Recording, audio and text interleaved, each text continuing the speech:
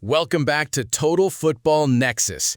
Have you ever watched a football match where one team is not just defeated, but completely and utterly suffocated?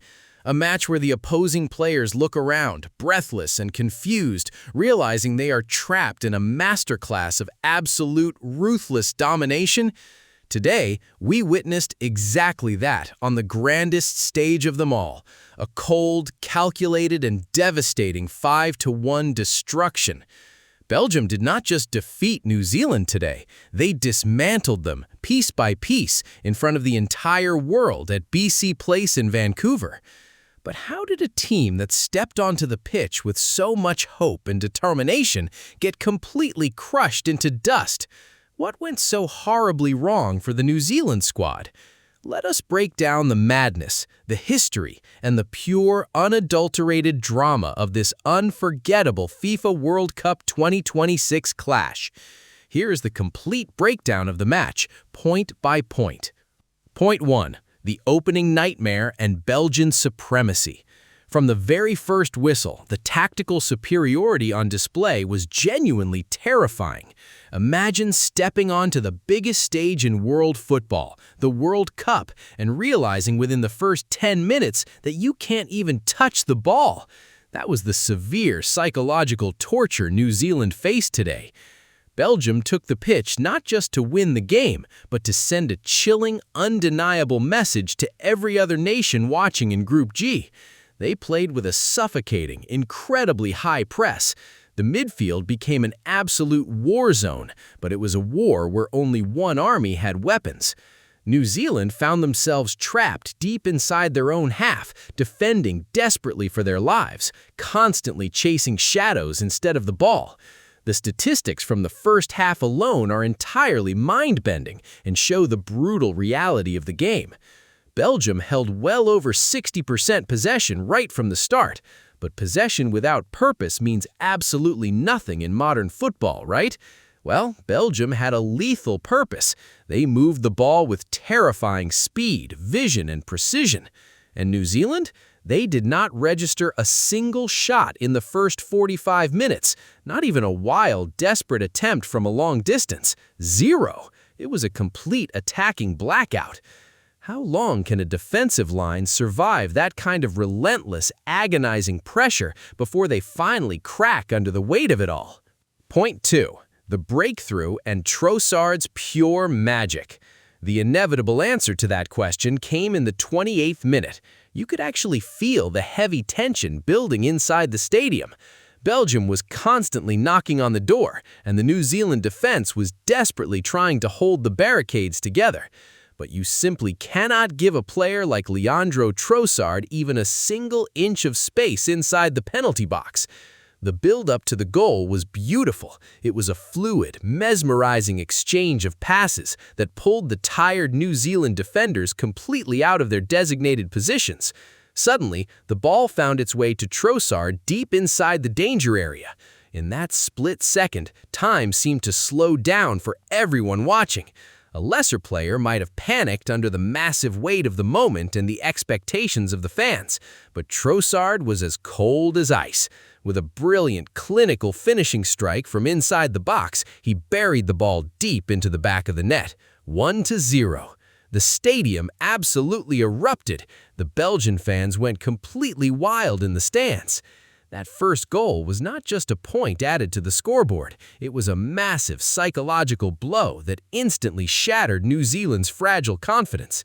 They had defended with all of their hearts, but one single moment of pure Belgian attacking brilliance tore their entire defensive game plan to shreds. Point 4. The second half surge and Trossard's double. If New Zealand fans held on to a tiny glimmer of hope during the halftime break, that hope was violently ripped away the moment the second half began.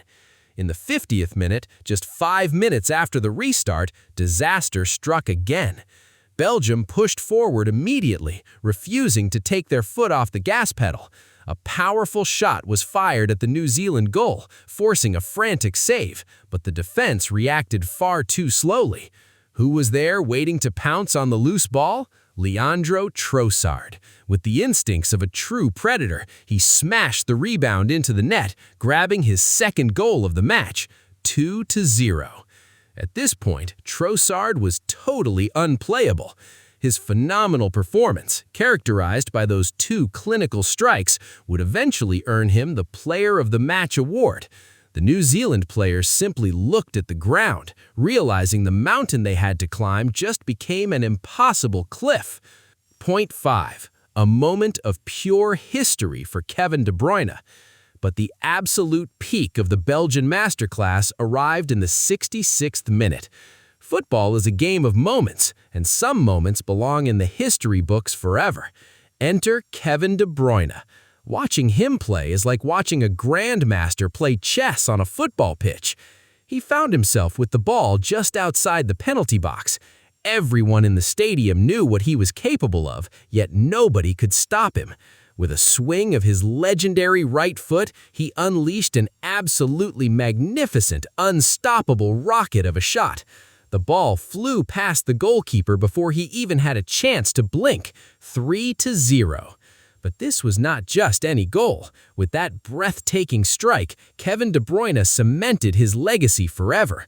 At 35 years old and 363 days old, he officially became the oldest player to score a goal for Belgium in the history of the FIFA World Cup, a truly historic milestone for a genuine legend of the sport.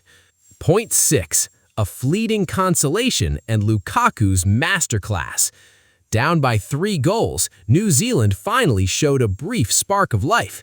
In the 84th minute, out of nowhere, Elijah Just managed to break through the Belgian defense and score a surprising consolation.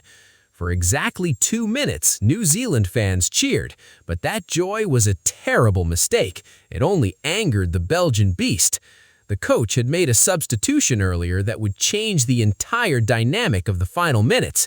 He brought on the powerhouse himself, Lukaku Macaque. Just 2 minutes after New Zealand scored, in the 86th minute, Lukaku rose high above everyone else to score a towering header, 4-1. He completely changed the entire pace of the game just by stepping onto the grass. But he wasn't done there. In the final moments of stoppage time, at 90+4 minutes, Lukaku turned provider. He delivered a picture-perfect assist to Alexis Salamakers, who coolly finished the job right at the death, 5-1. The final nail in the coffin, a devastating end to a brutal match. Point 7. The aftermath and Group G standings. When the final whistle finally echoed through BC Place, the reality of the situation set in. This massive, dominant victory secured Belgium the absolute top spot in Group G. They have confidently, officially booked their ticket to the round 32, looking like genuine contenders for the ultimate trophy. On the other side of the pitch, the heartbreak was real. This humiliating defeat means New Zealand has been completely eliminated and thrown out of the 2026 FIFA World Cup. Their journey ends here, in the most painful way imaginable. What a truly unbelievable match we just witnessed today on Total Football Nexus. The drama, the history, the absolute destruction. If you enjoyed this deep dive into today's World Cup madness, you absolutely need to hit that like button right now. Don't forget to drop a comment below and tell me who you think will win the entire tournament this year. Share this thrilling recap with all your football-crazy friends so they don't miss out on the action. And most importantly, make sure you hit that subscribe button and turn on all notifications so you never miss a single update from Total Football Nexus. We are covering every major moment of this World Cup, and you need to be here for it. Thank you so much for watching, and I'll see you in the next dramatic